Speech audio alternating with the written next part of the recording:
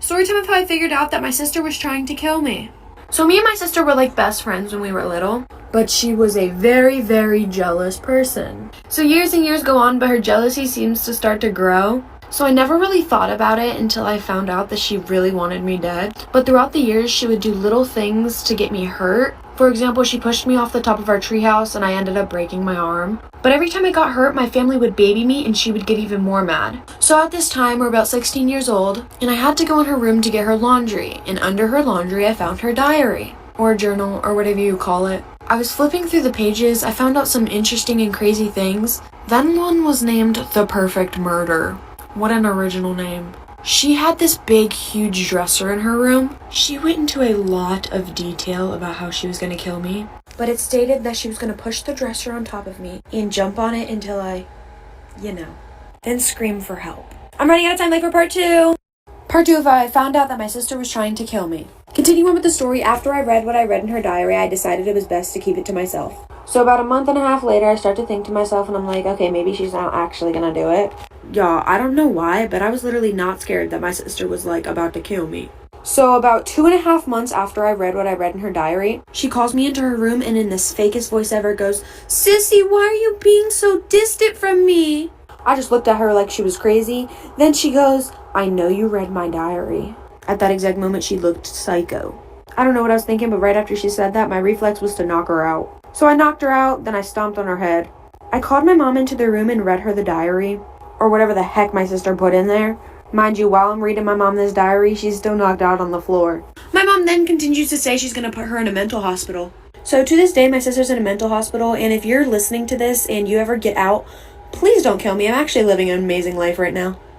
Story time on how my Uber driver tried to kidnap me on my birthday. Okay, y'all, so today's story is my own. And thank you guys for 1 million followers. All right, y'all, let's get into it. Okay, so boom. About 2 years ago in 2019, I lived by myself in my own apartment. At this time, I was at the end of my lease and I was actually moving to another apartment. I had to do everything by myself because I had nobody to help me, so I had to go get a U-Haul truck. This was my first time using Uber because I have my own car. But to get to U-Haul, I had to Uber over there so I could get the truck and then go from apartment to apartment. My first Uber driver bringing me to the U-Haul truck was fine. I had no issues with him and it was pretty normal and fast. So once I was done with the U-Haul truck and I was done moving, I had to return the truck to its location. And then I had to Uber back to my apartment where my car was. Now this second Uber driver, this is where the issue comes in. Y'all, it was literally crazy. My life was at stake. Life for part 2. Part 2 on how my Uber driver tried to kidnap me on my birthday. Okay, so boom, like I said, I returned my U-Haul truck and I waited for my Uber driver to come pick me up. When my Uber driver came to pick me up, right from the beginning, I knew something was off about him. Always trust your instincts. He was a little weird and off, but I told myself that it's only a 10-minute drive and it will be over soon. So I sat on the back of the car and I just stayed on my phone. You know, minding my business. And then the guy just started talking to me like, I guess he was trying to have small talk. But the weird thing is, I couldn't understand what he was saying. Yeah, I didn't know what he was saying, but I just thought he wanted to do small talk. So I just was like, oh yeah,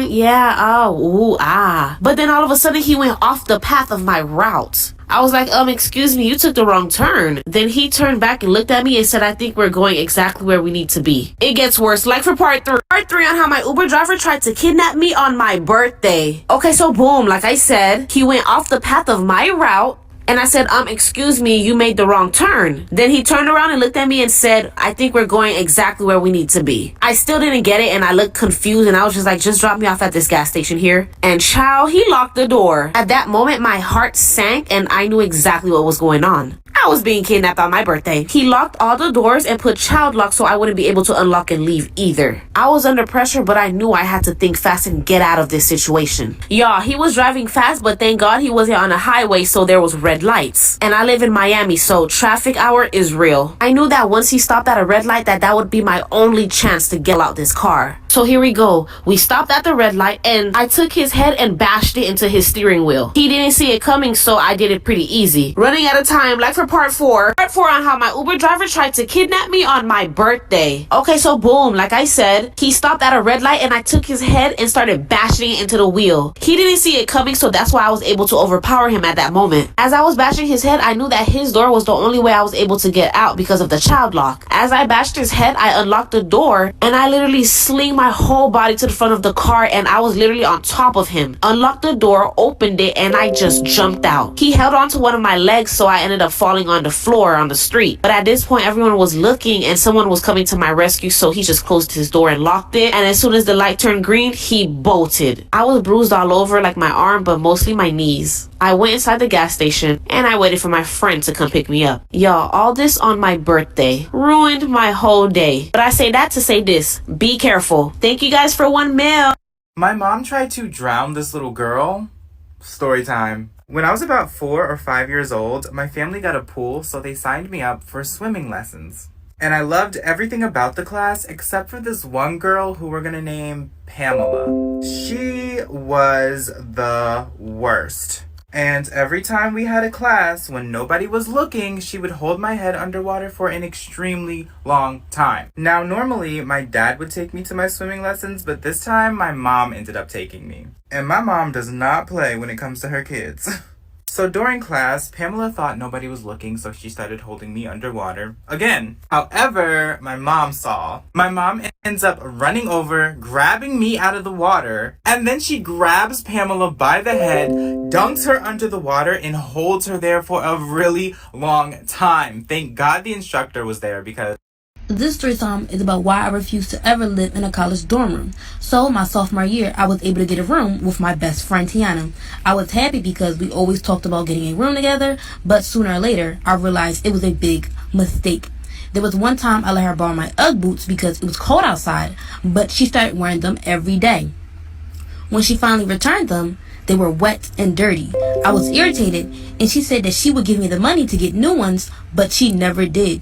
She then started asking if she could borrow a shirt. Me being nice, I let her. But she then started taking advantage. Girl was taking all of my things without permission. My jacket, pants, shorts, everything. And she wouldn't even clean them before giving them back to me. Story time. So ever since I was like 8 years old, I've always gotten headaches. And I don't know why. I drink water, I eat enough food, and I get enough sleep, but I still just be getting headaches for no reason. Anyways, my freshman year, someone convinced me that I had a brain tumor. I really believed it too. It was quite embarrassing. So I was doing cheer at the time, and I was getting nosebleeds like every single day, along with a raging headache. And they would always happen randomly. Like I wasn't doing anything to cause them. It just happened. So one day, in the middle of my math class, my nose just started bleeding. Before that, I had a terrible headache, and the girl that was sitting next to me told me my nose was bleeding. As I'm cleaning my nose, the girl's like, I noticed that you get a lot of headaches and nosebleeds. My grandpa had a brain tumor, and I think that's what you have. And I was just sitting there like, I guess this is how God wanted me to go out. The whole day I was stressing. Then when I get home, I start writing my mom a goodbye letter and picking out the clothes I want at my funeral. Then I told my sister about it, and she smacked me upside the head and called me stupid. I think we killed a girl. Story time. When I was young, me and the neighborhood kids used to love playing Truth or Dare. And there was this one girl who used to play with us, and we're gonna name her Peggy. Now, Peggy was one of those kids who was not afraid to do any dare. One time somebody dared her to pierce her own ear using a very sharp pencil, and she did it. Like, she took Truth or Dare very seriously. Well, the last time we played Truth or Dare with Peggy, things got pretty wild. Like, someone dared me to crush a worm with my bare feet, and yes, I did it. It was gross. But when it got to Peggy's turn, she was dared to do something deadly. Somebody, not me, but somebody, picked up a piece of glass off the street and dared Peggy to swallow it. And because Peggy took the game way too seriously, she did it. The next thing you know, she started coughing up blood. We all freaked out. She runs home, and we never see her again.